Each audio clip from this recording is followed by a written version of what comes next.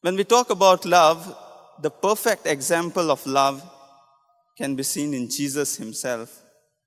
St. Paul in Philippians chapter 2 verse 5 to 7 says, "Though he was in the form of God, he did not cling to his divine glory, but emptied himself for love."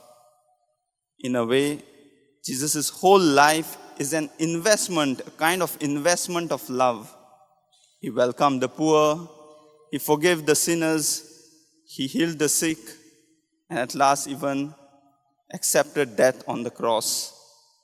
On that cross, he revealed the fullness of love, a love that does not count the cost, a love that suffers for the beloved, a love that is generous, unconditional, and self-giving.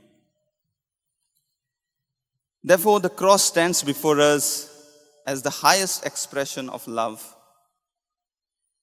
Dear sisters and brothers, our life is a gift of God, and He calls us to make it fruitful through love. Love is not just a feeling, it is a choice that we make each day.